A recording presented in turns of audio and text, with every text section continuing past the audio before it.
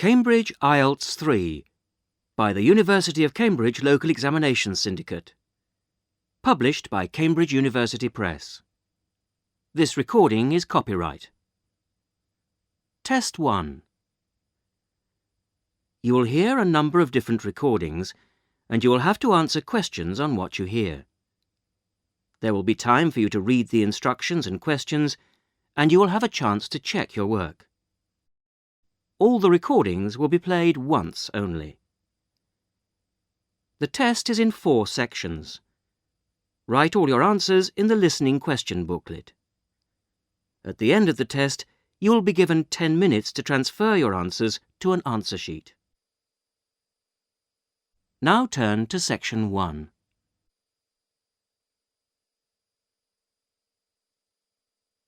Section 1. Listen to this telephone conversation between Janice Biggins, who works for a house renting agency, and John Anderson. First, you have some time to look at questions 1 to 6.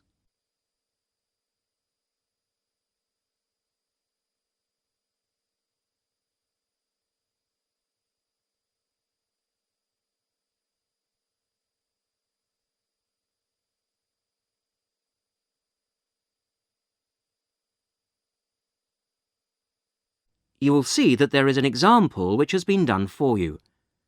On this occasion only, the conversation relating to this will be played first.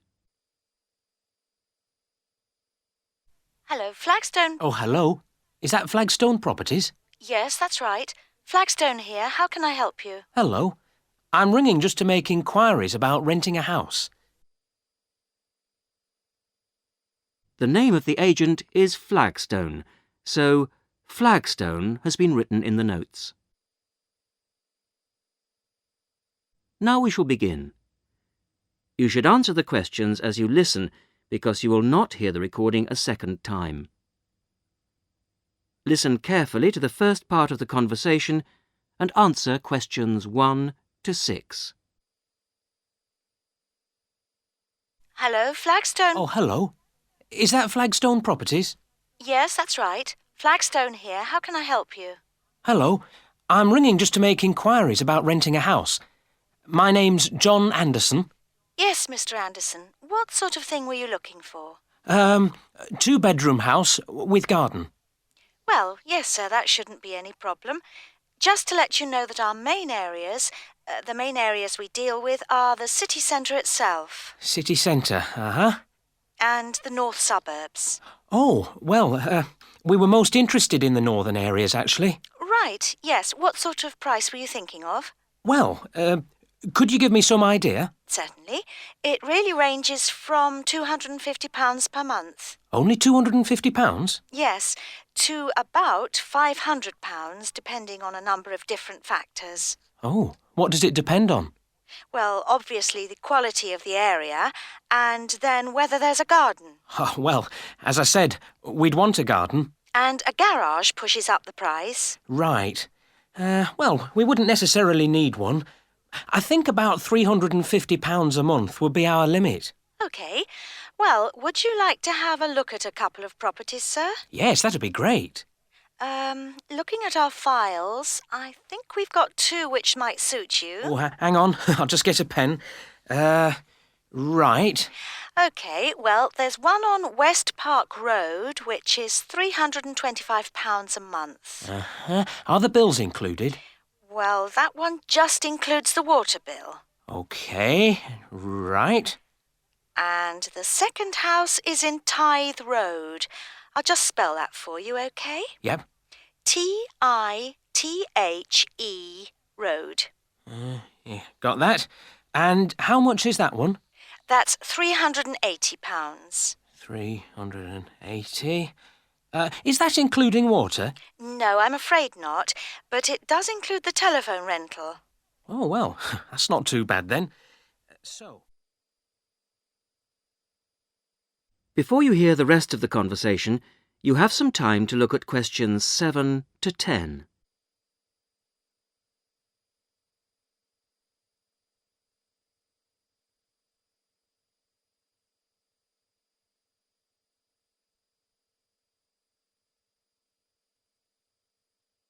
Now listen and answer questions 7 to 10.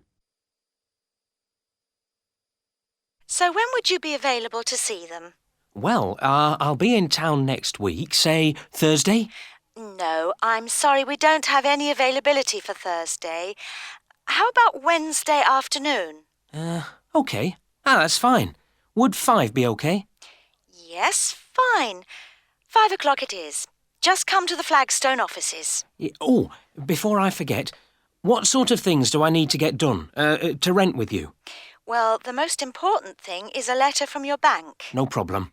And then a reference letter from your employer. Yes, that's OK. Great. And then we would need you to give 2 weeks' notice of moving in. Right, 2 weeks' notice. And what about a deposit? That's 1 month's rent, whatever the amount is. OK. 1 month. Is that it? No, sorry, one more. You will have to pay for the contract. Oh, yes, I'd forgotten about that. OK, fine. So I'll start arranging those, and I'll see you next week. Yes. Thanks very much. Bye. Goodbye.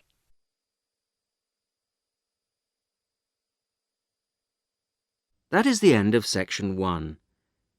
You will now have half a minute to check your answers.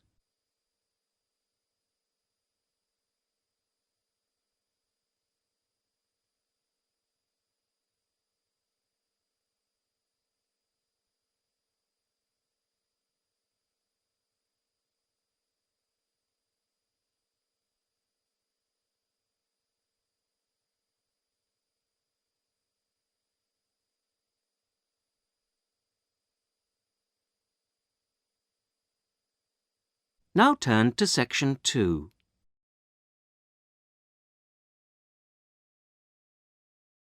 Section 2.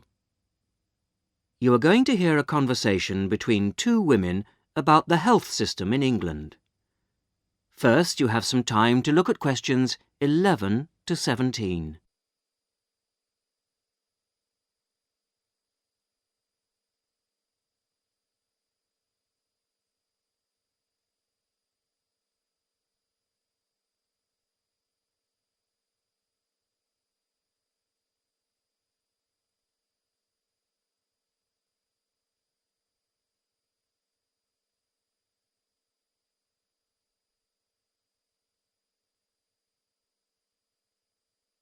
Now listen to the first part of the conversation and answer questions 11 to 17. Hello, Mrs. Sutton. Come in. How are you settling in next door? Have all your things from Canada arrived yet? I thought I saw a removals van outside your house yesterday afternoon. Yes, they came yesterday. We spent all day yesterday arranging them. It's beginning to feel a bit more like home now. Oh, that's good. Look, come in and sit down. Are you all right? You look a bit worried. Well, I am a bit. I'm sorry to bother you so early, Mrs. Smith, but I wonder if you could help me. Could you tell me how I can get hold of a doctor? Our daughter, Anna, isn't very well this morning, and I may have to call somebody out. She keeps being sick, and I am beginning to get a bit worried. I just don't know how the health system works here in England. All I know is that it's very different from ours back in Canada. Well, I don't know really where to start. Let me think. Well, the first thing you have to do is find a family doctor. Mm-hmm. Sometimes we call them general practitioners as well. Right. And register with him or her. If you live here, you've got to be on a doctor's list. If you're not, things can be a bit difficult. Oh. Nobody will come out to you if you're not registered. Anyway, they work in things called practices. Uh-huh. Sort of small groups of family doctors all working together in the same buildings. Now, what you've got to do this morning is register with one of them. Ah. There are 2 practices near here, so we're quite well off for doctors in this part of Manchester. There's the Dean End Health Centre, about 10 minutes walk away. And there's another practice in South Hay. That's about 5 minutes away, going towards the town centre. Uh-huh. We're registered at the Dean End one, but they're both OK. There are about 6 doctors in our practice and 4 in the other, so ours is quite big in comparison, and the building and everything's a bit more modern. South A is a bit old-fashioned, but the doctors are okay. Their only problem is that they don't have a proper appointment system. Sometimes you have to wait for ages there to see someone. Anyway, you go to the receptionist in whichever health centre and ask her to register you with a doctor there. You have to fill in a form, but it doesn't take long. Ours is called Dr. Jones, and we've been going to him for years, ever since we moved here 15 years ago. I wouldn't say he's brilliant, but I suppose he's all right, really. We're used to him now. They say he's very good with elderly people, but he does tend to get a bit impatient with children. Listen, the one who's supposed to be really good with small children is Dr. Shaw. I've heard lots of people say that. She's young and she's got small children of her own, so you could try registering with her. And if her list's full, I heard somebody say the other day that there's a really nice young doctor at South Hay, a Dr. Williams. He holds special clinics for people with back trouble, but that's not really your problem, is it? Now you have some time to look at questions 18 to 20.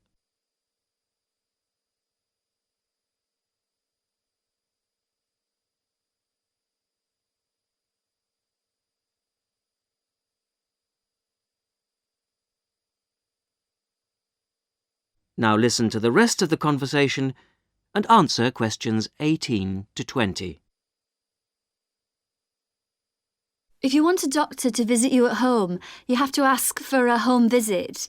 You're supposed to do that before 10:30 in the morning, but obviously if it's an emergency, you can phone at any time, night or day. It might not be your doctor that comes, though. It's quite often one of the other doctors in the practice. It doesn't really seem to make much difference. Right. Otherwise, you make an appointment to see your doctor at the health centre. You usually get seen the same day. Not always, of course, but usually, as I say. They hold surgeries between 9 and 11:30 every weekday, and from 4 to 6:30 Monday to Thursday. Saturdays are only for I emergencies. see. When the doctor sees you, he gives you a prescription. He writes what medication you need on it, and you take it to a chemist shop. There's one opposite the centre. If it's for a child under 16, you don't have to pay, so if it's for Anna, there's no problem. The same thing goes if you're unemployed or retired, or if you're pregnant. Just as well, because it's not cheap. You pay the same price for each item the doctor has prescribed. At the moment, it's something like £5 per item. So you pay for the medication, but the consultation with the doctor doesn't cost you anything. It's completely free as long as you're a resident here. You're going to be here for 3 years, aren't you? So, well, there shouldn't be any question of you paying anything to see the doctor. So that's one less problem to worry about. Look, Mrs. Sutton, if you want, I'll sit with your daughter for half an hour if you want to go down to the health centre to register. It's no trouble, really, don't worry. Are you sure you wouldn't mind? That would really help me a lot. I'll ask them if they can send someone round later to see Anna. I think I'll try the Dean End Centre. Good idea. Don't worry about Anna. Right. I'll be back as soon as I can.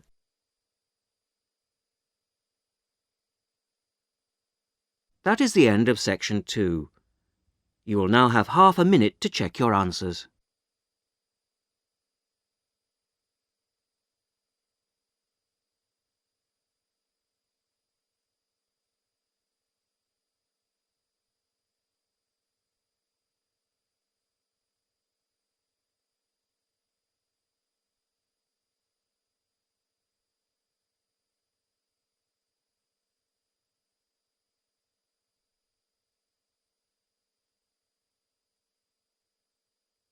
Now turn to section 3.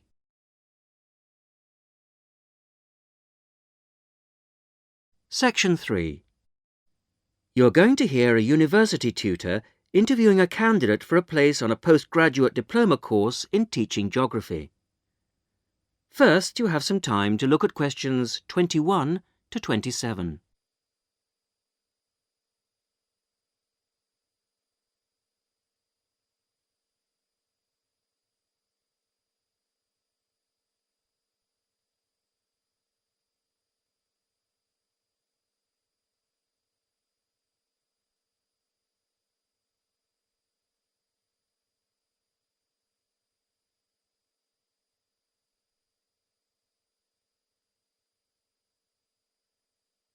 Now listen carefully to the first part of the interview and answer questions 21 to 27. Hello. Jonathan Briggs, isn't it? Yes, that's right. Do come in and sit down. Thanks. Right. Well, Jonathan, as we explained in your letter, in this part of the interview, we like to talk through your application form, your experience to date, etc. And then in the second part, you go for a group interview. Group interview. Yes, I understand. So, your first degree was in economics. Yes, but I also did politics as a major strand. And you graduated in 1989. And I see you've been doing some teaching. Yes, I worked as a volunteer teacher in West Africa. I was there for almost 3 years in total, from 1990 to 1992. How interesting. What organisation was that with? It's not one of the major ones. It's called Teach South. Oh, right. Yes, I have heard of it. It operates in several African countries, doesn't it? And what kind of school was it? A rural cooperative. Oh, a rural cooperative. How interesting. And what did you teach?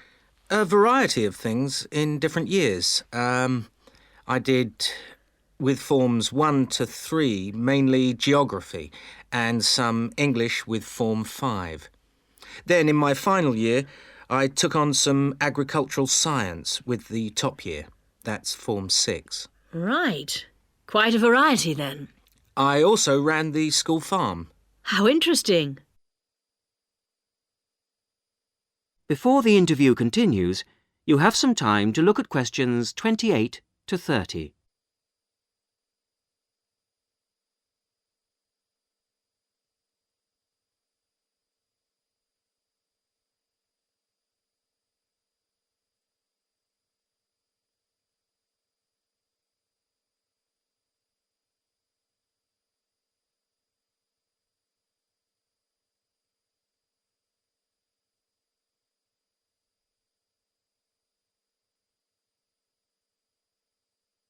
Now listen to the rest of the interview and answer questions 28 to 30.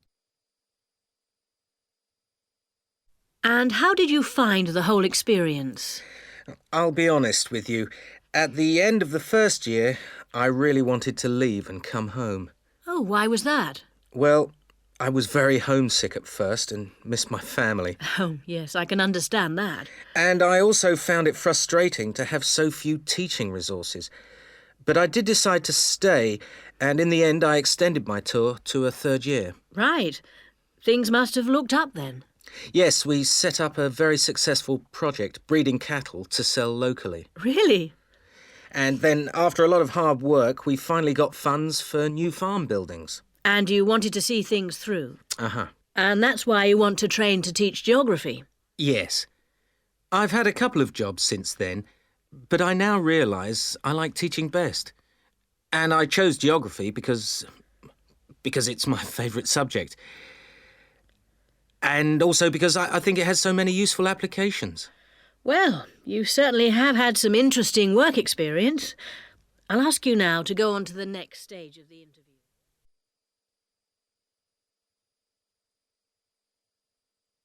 That is the end of section 3. You will now have half a minute to check your answers.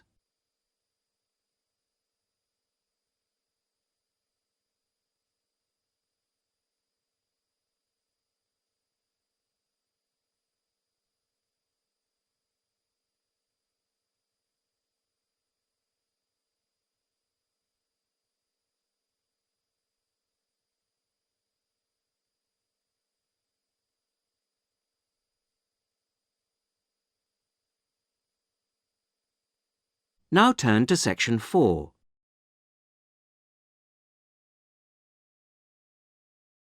Section 4. You are going to hear a radio talk on back pain given by Dr. Paula Clayburgh of Liverpool's Wilton Clinic. First, you have some time to look at questions 31 to 40.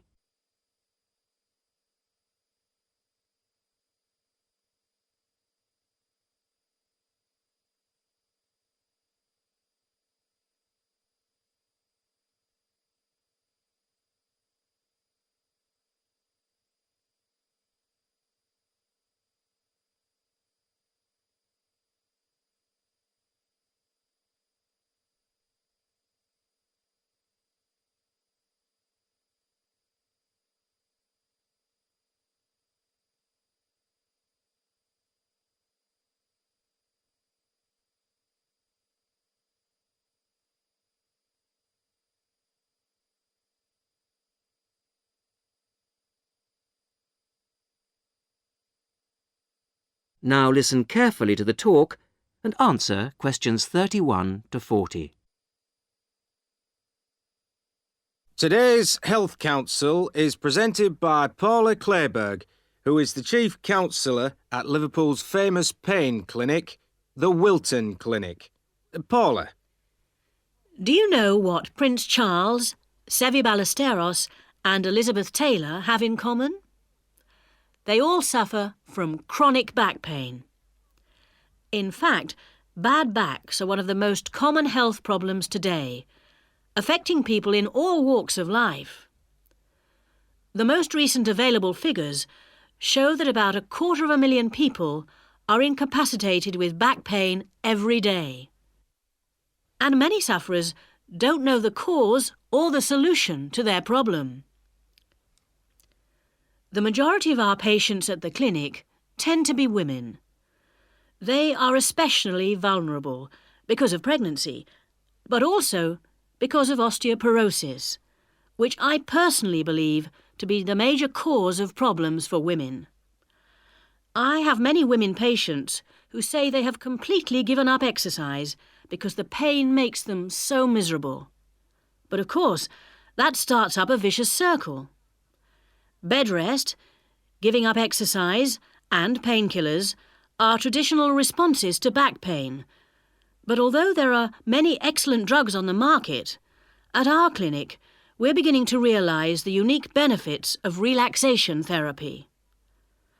Other specialists in the field make a strong case for certain types of exercise, but in our experience they are easily mishandled and can lead to more harm than good. Now let's look at some of the reasons why back pain is developing into such a unique menace. In general, the body is pretty good at self-repair. A strain or a blow to a limb, though painful at the time, generally resolves itself. But the body's response to back injury can be very counterproductive. When pain strikes, we attempt to keep the back as immobile as possible, which makes the muscles tense up. Research shows that they often go into spasm, which causes further twisting of the spine. A vicious circle is underway. The second mistake we often make when stricken with extreme back pain is to go to bed and stay there. Although at the clinic we recognise that a short rest in bed can be helpful, up to 2 days, any longer makes our back muscles become weaker and unable to hold up our spine. The pain, therefore, becomes worse. Another problem is being overweight. Anyone a stone or more overweight who already has back pain is not doing himself any favours. Though it won't actually set it off in the first place, the weight will increase the strain and make things worse. The British diet could be partially to blame for the increase in back pain. Over the last 10 years, the average weight of men has risen by 11 pounds and of women by 9 pounds. So much for the causes and aggravations of pain. But what can we do to help? There are many ways in which simple day-to-day care can make all the difference. The first point to watch, of course, is weight. If you are overweight, a diet will make all the difference.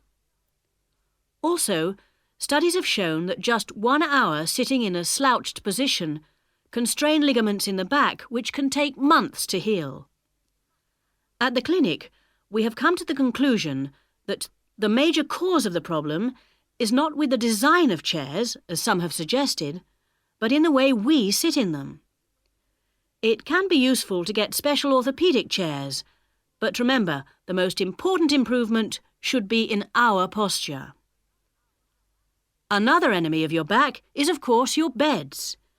If your bed doesn't give enough support, back muscles and ligaments work all night trying to correct spinal alignment, so you wake up with a tired, aching back.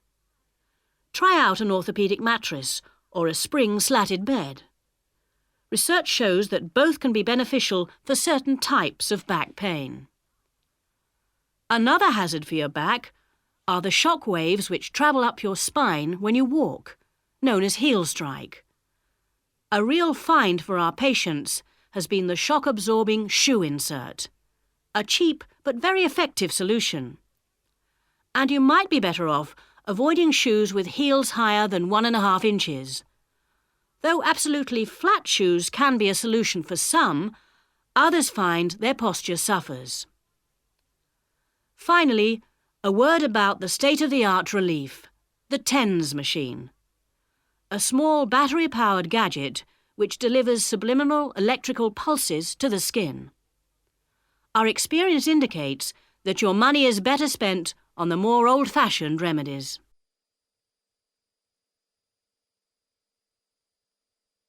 That is the end of section 4. You will now have half a minute to check your answers.